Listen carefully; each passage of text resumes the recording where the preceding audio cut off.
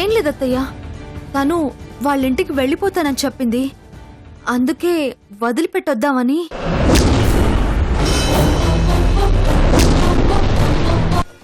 మీరిద్దరూ కలిసి దగ్గరుండి ఈ పెళ్లి జరిపించాలి. బలరాం మంచోడు కాదు, నేను కరెక్ట్ కాదు అని మీనాక్షి నీ బ్రెయిన్ వాష్ చేసిందనుకో, అప్పుడు మీనాక్షి మాటను ఎదిరించి నన్ను పెళ్లి చేసుకునే ధైర్యం ఉందా నీకు?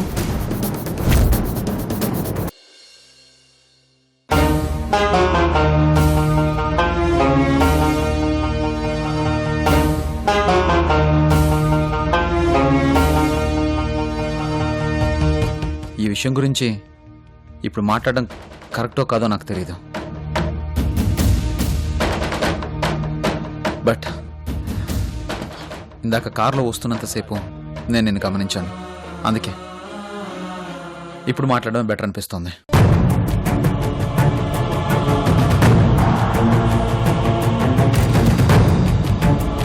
బలరాం పూర్ణిమల పెళ్లి బాధ్యత మందే అని మామ్ మనతో చెప్పినప్పుడు నువ్వేం మాట్లాడకుండా మౌనంగా ఉంటే దాని అంగీకారం అని అమ్మ అనుకుంది. కానీ నీకు ఇష్టం లేదని నాకు ఆ క్షణంలోనే అర్థమైంది. ఇందాక కార్లో వస్తున్నప్పుడు అది కన్ఫర్మ్ అయిపోయింది.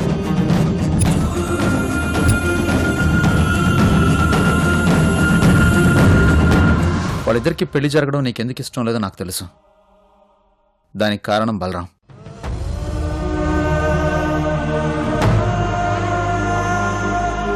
బలరాం పూర్తిగా మారాడు అన్న విషయాన్ని నువ్వు ఇంకా నమ్మలేకపోతున్నావు.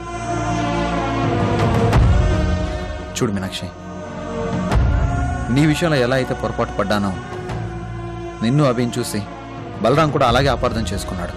అందుకే ఆ రోజు నువ్వు ఇంటికి వచ్చినప్పుడు అభి నువ్వు క్లోజ్గా ఉండడం చూశానని చెప్పాడు. కానీ అది తప్పని తెలుసుకున్నాడు. పూర్తిగా మారిపోయాడు.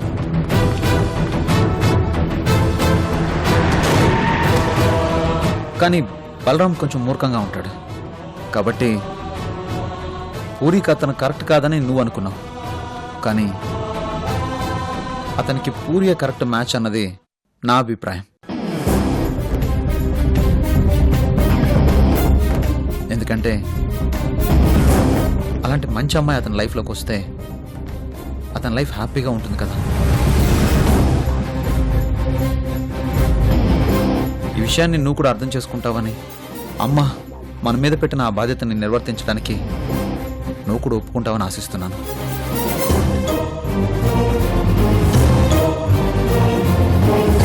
అలాగే ఈ విషయంలో నీ అభిప్రాయం కోసం ఎదురు చూస్తూ ఉంటాను.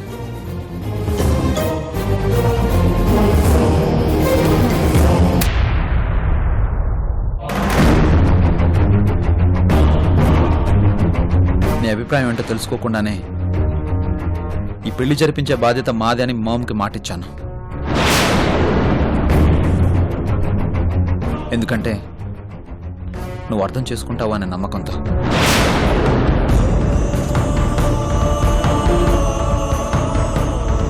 బాయ్ మీనాక్షి.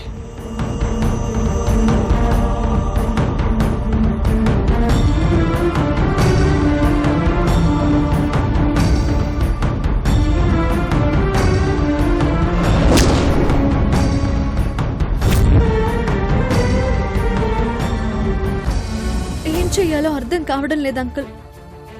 నన్ను నమ్మి నా మీద నమ్మకంతో వాళ్ళ పూర్ణిమని నాతో పంపించారు. నేను కష్టాల్లో ఉన్నప్పుడు నాకు అండగా నిలబడి నన్ను నిలబెట్టిన ఒక మంచి ఫ్యామిలీ వాళ్ళు. అలాంటి వాళ్ళకి ఏంటమ్మా ఇలా జరిగిందని అడిగితే ఏం సమాధానం చెప్పాలో అర్థం కావట్లేదు. ఇంకో వైపేమో నేను ఈ పెళ్లి జరిపించడానికి ఒప్పుకున్నాననే నమ్మకంలో అత్తయ్యున్నారు. కానీ వాడొక దుర్మార్గుడు. ఈ పెళ్ళంతా ఒక కుట్రని అత్తయ్య గారికి ఎలా చెప్పాలో తెలియట్లేదు.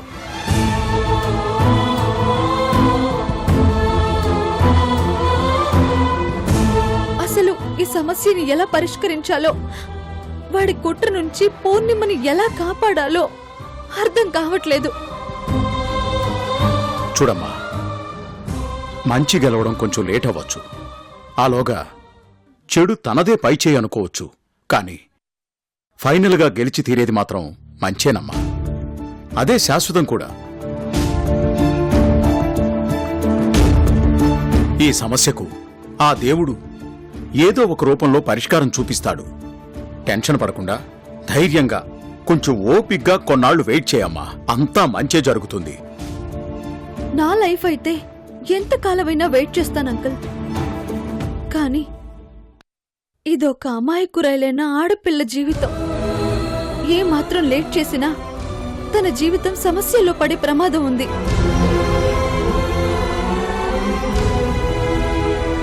వీటన్నిటిని ఎలా సాల్వ్ చేయాలో అర్థం కాక నేను టెన్షన్ పడుతుంటే మరోవైపు ఆయన నుంచి ఇంకో టెన్షన్.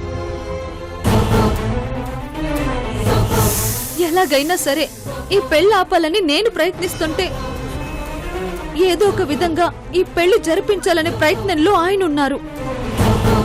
దానికి సంబంధించి ఆయన ఇప్పుడు నా అభిప్రాయం కోసం ఎదురు చూస్తున్నారు. అభి గారి విషయంలో ఇప్పుడిప్పుడే నన్ను అర్థం చేసుకుంటున్న ఆయనకి బలరాం నిజస్వరూపం ఎలా చెప్పాలో, చెబితే ఆయన ఎలా రిసీవ్ చేసుకుంటారోనని టెన్షన్ గా ఉంది. అలాగని నా అభిప్రాయం కోసం ఎదురు చూస్తున్న ఆయనకి సమాధానం చెప్పకుండా ఉండటం పద్ధతి కాదు. ఏం చేయాలో అర్థం కావడం లేదు అంకుల్.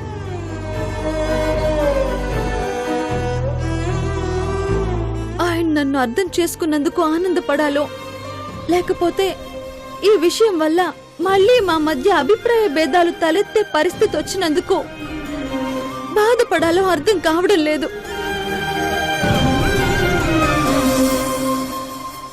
ओ साथी रे तेरे बिना भी क्या जीना तेरे भी ఏమండి? ఏయ్ ఏయ్ ఏయ్ ఏయ్ ఏయ్ డైరెక్ట్ గా ఇంట్లోకి వచ్చేస్తున్నావు. ఎవరై నువ్వు? రమ్మని కాల్ చేశారండి. ఊరుకోవయ్యా, నువ్వు నీ ఏదో సోకో. అయినా కాల్ చేస్తే చచ్చిపోయి ఉండాలి కానీ ఇలా ఎలా బతుకుంటావయ్యా? కాల్ చేసింది గంతో కాదు సార్, ఫోన్తో. ఓ ఏదేమైనా మీరు కౌంటర్లో భలే వేస్తారు సార్. మరి అడిగిన దానికి స్ట్రైట్ గా ఆన్సర్ చేయకపోతే ఇలాగే ఉంటుంది సార్. నేను అడిగింది నువ్వు ఎవరు, ఎందుకు వచ్చావు అని. నా పేరు నిత్య కళ్యాణ్ సార్, బ్రోకర్ని. చిచి చిచి మ్యారేజ్ బ్రోకర్ని. ఓ మీ ఇంట్లో పెళ్లి కావాల్సిన అమ్మాయి ఉందంట కదా, అందమైన అబ్బాయిల ఫోటోలు తీసుకురమ్మని ఫోన్ చేశారు. ఏమయ్యా, నీకు స్ట్రైట్ గా సమాధానం చెప్పడమే కాదు, కరెక్ట్ అడ్రస్ కి వెళ్ళడం కూడా తెలియదన్నమాట. మా ఇంట్లో పెళ్లి కావాల్సిన అమ్మాయిలు ఎవ్వరూ లేరు. గూగుల్ మ్యాప్ అడ్రస్ తప్పినట్టు నువ్వు కూడా అడ్రస్ తప్పుంటావు, ఒకసారి చెక్ చేసుకో. లేదు సార్, ఫోన్ వచ్చింది మీ ఇంటి నుంచే. ప్రేమాలయం 13-22/A, ఫోన్ నంబర్ 0408214231717. అడ్రస్ మాదే, ఫోన్ నెంబరు మాదే. అవును, ఏం పేరు చెప్పారు? పేరు చెప్పలేదు సార్, ఓన్లీ అడ్రస్ మాత్రమే చెప్పారు. సినిమానే గందరగోళంగా ఉందంటే సినిమాకి అయోమయమని టైటిల్ పెట్టినట్టు ఈ కన్ఫ్యూజన్ ఏంటబ్బా? మన ఇంట్లో పెళ్లి కావాల్సిన వాళ్ళు ఎవరూ లేరు, మరి ఫోన్ ఎవరు చేస్తుంటారబ్బా?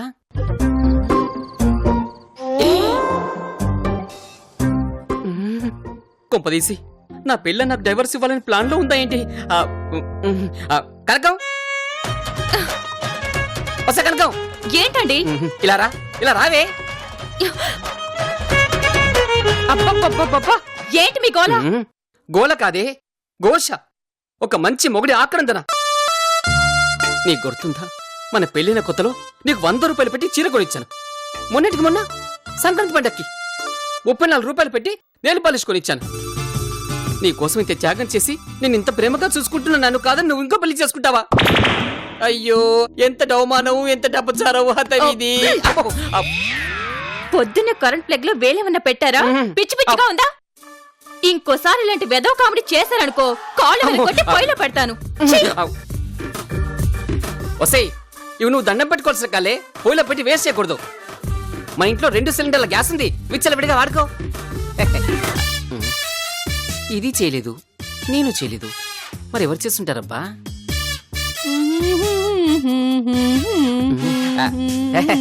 Oh my God, oh my God, తిప్పక్కాయ్.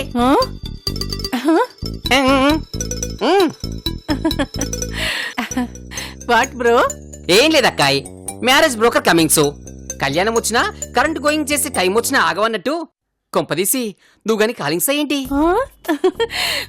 ఊరుకో బ్రో, అయినా ఈ వయసులో మనకు మ్యారేజ్ థింగ్స్ ఏంటి? ఈ వయసులోని తెగ సిగ్గుపడిపోతున్నావు అంటే ఛాన్స్ ఉంటే చేసుకుందామనే. ఊరుకో బ్రో, నువ్వు నీ కామెడీలని. ఏమయ్యా, అర్థమైంది కదా నువ్వేదో కన్ఫ్యూజ్ అయ్యావని.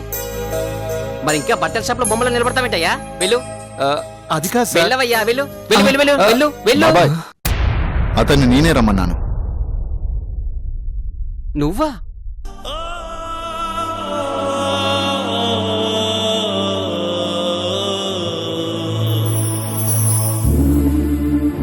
ఆయన ఇప్పుడు అడిగితే ఏమని సమాధానం చెప్పాలి?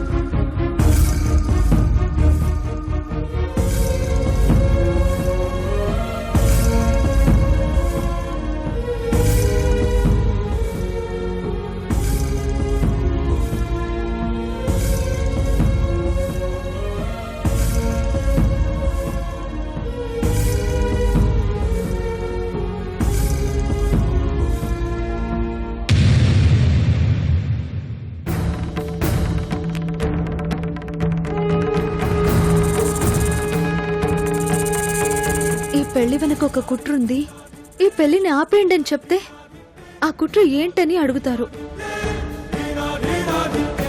కానీ బలరాం గురించి నిజం చెప్తే ఆయన ఖచ్చితంగా నమ్మరు. దాంతోపాటు నేనేదో కావాలని చెప్తున్నానని అపార్థం చేసుకునే అవకాశం ఉంది.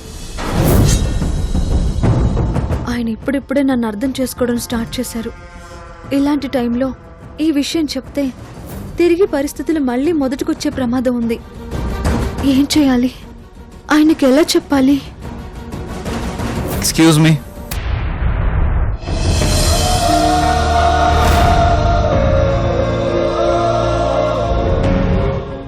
రండి.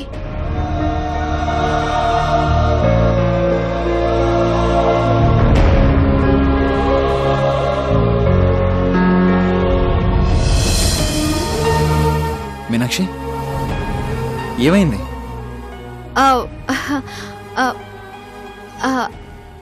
అంటే అది అది ఎందుకో టెన్షన్ పడుతున్నట్టు కనిపిస్తున్నావు. ఏమైంది? అంకుల్కి ఏదైనా ప్రాబ్లమా? ఏం లేదండి, ఏం లేదు. అంకుల్ బానే ఉన్నారు, నో ప్రాబ్లం. ఏదైనా ప్రాబ్లం ఉంటే ఓపెన్గా చెప్పు, అర్థం చేసుకుంటాను. అంతేగాని నువ్వు లోపలే భయపడిపోతావు, దాచిపెట్టాల్సిన అవసరం లేదు. సరేనా? అలాగేనండి, అలాగే. అసలు విషయం అడగడం మర్చిపోయాను. అదే మీనాక్షి, ఆ నర్స్ అంకుల్ని కేర్ఫుల్గానే చూసుకుంటుంది కదా? చాలా కేర్ఫుల్గా చూసుకుంటుందండి. ఓకే. మీనాక్షి, ఆ ట్రేడ్ సప్లయర్స్కి అమౌంట్ పంపించాలి, చెక్ పంపించాలి. సైన్ చేసి కిరణ్తో పంపించు. అలాగేనండి. కొంచెం అర్జెంట్, ఇమీడియట్గా పంపించు, మర్చిపోకు. అలాగేనండి.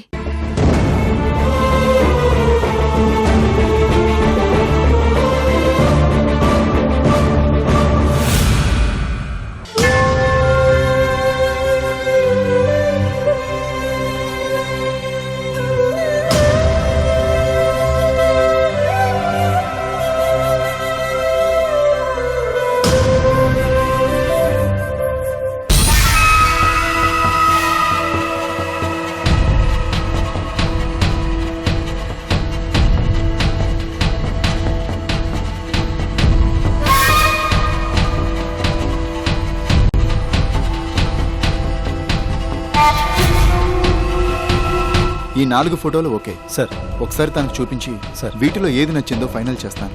Okay sir. ఒరే పెద్దోడా, పాడిందే పాట వేలం పాట అన్నట్టు ఇందాక నుంచి అడుగుతూనే ఉన్నాను. ఈ ఫోటోలేంటి, పెళ్లి సంబంధాలేంటి? అసలు మన ఇంట్లో పెళ్లి కావాల్సిన అమ్మాయి ఎవరున్నారో అర్థం కాక పిచ్చెక్కుతుందిరా. ఈ ఫోటో ఎగ్జిబిషన్ కి కాస్త క్లారిటీ ఇవ్వరా నాయనా, నీకు పుణ్యం ఉంటుంది. పూరి పూరి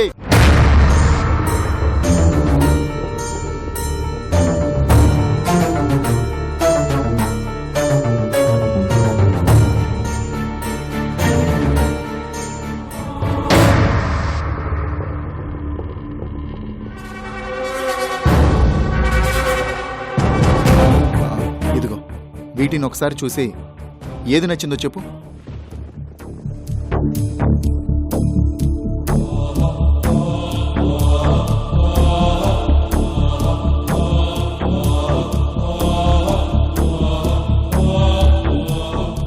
ఓ మై గాడ్ అంటే నువ్వు ఇప్పుడు దాకా ఫోటో లుకింగ్ చేసింది పూరి మ్యారేజింగ్ కోసమా? How much Gaurav, how much అన్యాయం. అత్త నువ్వుండు. చెప్పూరి ఎవరు నచ్చారు నీకు?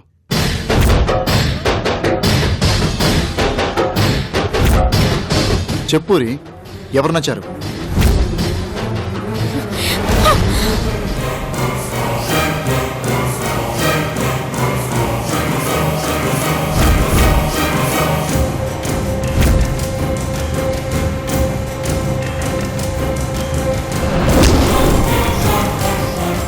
ఏంటి పూరి ఇది?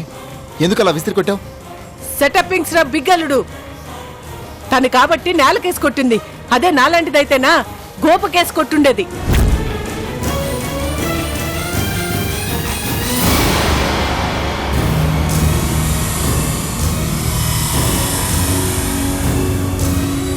లేకపోతే నిన్ను మ్యారేజింగ్ చేసుకోవాలనుకునే అమ్మాయికి సంబంధాలు చూస్తావా? సంబంధాలు? You buddy pool.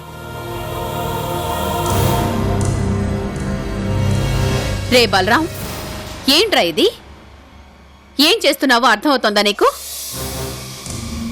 మేమంతా మీ ఇద్దరికి పెళ్లి చేయాలని చూస్తుంటే నువ్విలా సంబంధాలు చూడడం ఏంట్రా బుద్ధి లేకుండా?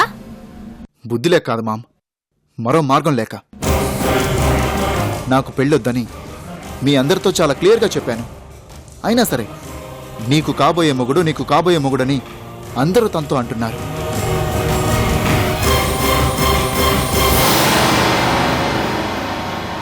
తను లేనిపోని ఆశలు పెంచుకుంటుంది, అనవసరంగా డిస్టర్బ్ అవుతుంది. అందుకే పరిస్థితిలో అంత దూరం రాకుండా ఉండాలంటే తనకి పెళ్లి చేయడం ఒక్కటే మార్గం. మీరెవరండి నాకు పెళ్లి చేయడానికి?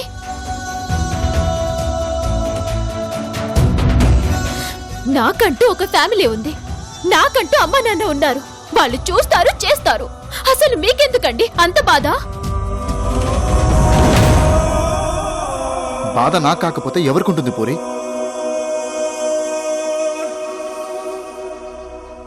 నీ సమస్య నాతోనే ముడిపడి ఉంది. ఎందుకంటే మా ఇంట్లో వాళ్ళు పెళ్లి ప్రస్తావన తీసుకురాగానే నువ్వు మీ ఇంట్లో వాళ్ళని అడగకుండానే ఓకే చెప్పేశావు.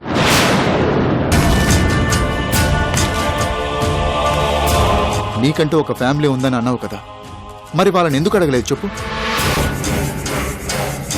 అంటే నీ మనసులో ఎంతో కొంత ఇష్టం ఉంది.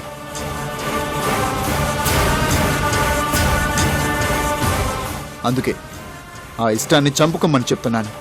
ఈ పెళ్లి జరగడం అసంభవం అని చెప్తున్నాను.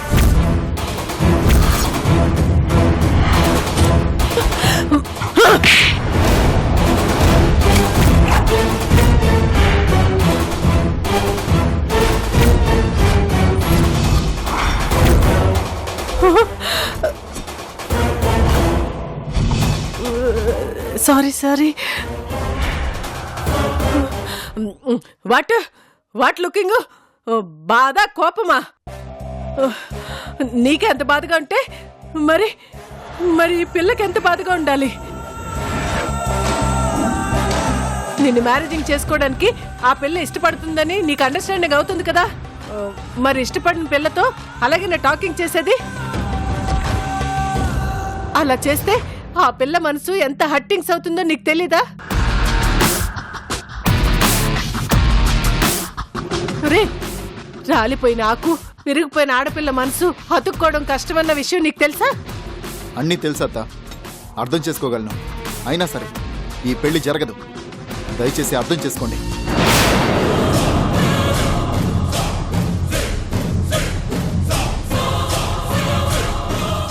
ఒరేయ్, ఎందుకురా ఇలా మాట్లాడుతున్నా? పూర్ణిమ చాలా మంచి అమ్మాయిరా. ఎంత వెతికినా సరే ఇలాంటి అమ్మాయి దొరకదురా. అయినా సరే ఈ పెళ్లి జరగదు జరగదు జరగదు.